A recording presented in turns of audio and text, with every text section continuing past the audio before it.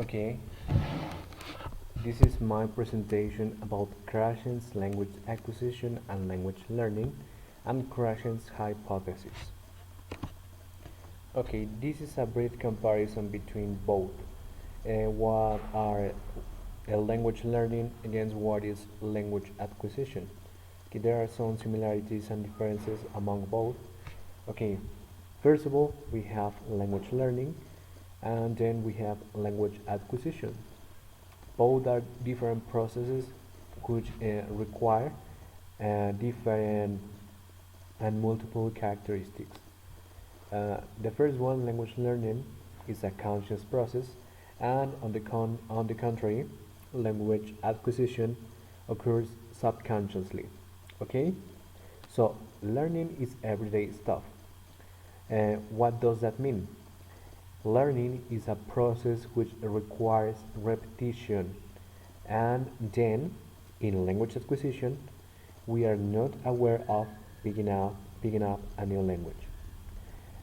In language learning, we have that there is necessary direct instruction in the rules of language, and in language acquisition is a natural process during which we are unaware of grammatical rules. So, uh, language learning, on one hand, it is not intuitive. On the other hand, language acquisition is used to transmit the language through verbal and non-verbal communication, and also is a source of natural communication.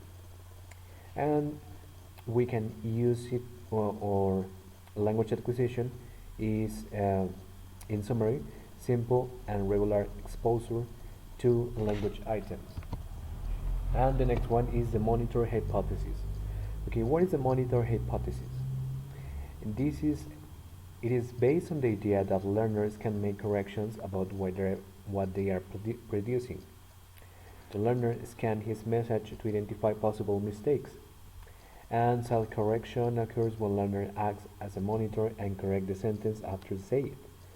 Okay, self-monitoring and self-correction are the only functions of conscious language learning. Okay, in summary, the monitor hypothesis is used to make corrections in language. Okay, there are three conditions to use the monitor hypothesis. The first one is the learner must know the rule, and we have to be aware of previous knowledge and then use it in order to make the necessary corrections. Then the acquirer must be focused on correctness. And finally, the acquired learner must have time to use the monitor. This is related to the experience or to the time of exposition to the monitor hypothesis or correction. The next one is the natural order hypothesis. What is the natural order hypothesis? Okay, this is the idea, or it is the idea that learning and acquiring a first language is a predetermined process or natural order, and that some grammatical rules are learned earlier than others. It not depends on the complexity of the rules, and natural order happens when the learner is ready for it. Natural order can be predicted. Okay? Well, sometimes when we are learning, we get the necessary information before other more complex concepts or data or other more complex information. It is not necessary a specific or a structured order. The input hypothesis. What is the input hypothesis? The input hypothesis only has to do with acquisition. Input takes place when an acquirer receives language items that are more complex in comparison to the ones he knows. Okay? Learner acquires language by means of comprehensible input, which can be summarized in the next formula. Level of acquisition plus 1. This is equal to comprehensible input. Comprehensible input implies to understand a message at our current level of acquisition, but adding a new one item.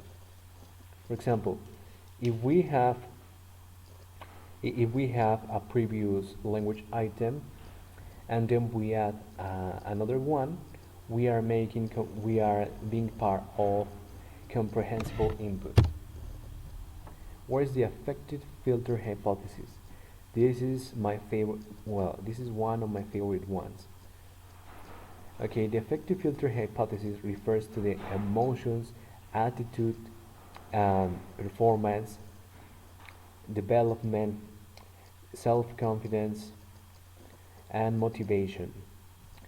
If a student or learner, if a learner is well motivated, he can he can get good results and he can succeed in learning the language accurately in comparison to another one whose lack of motivation and who suffers from anxiety and other kind of problems which affect his emotional part, and that results in a mental block.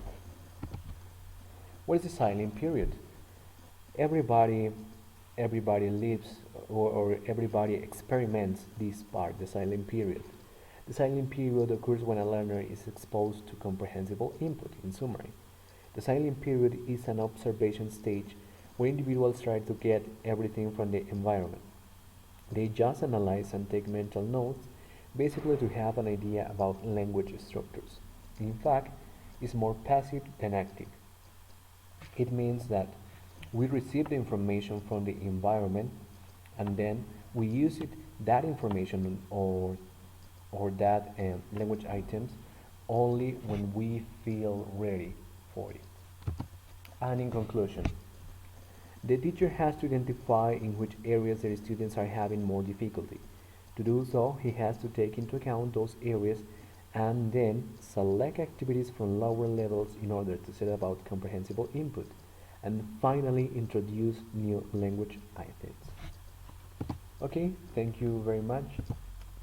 This was my participation and I hope you like my presentation, and thanks for watching my video. Goodbye.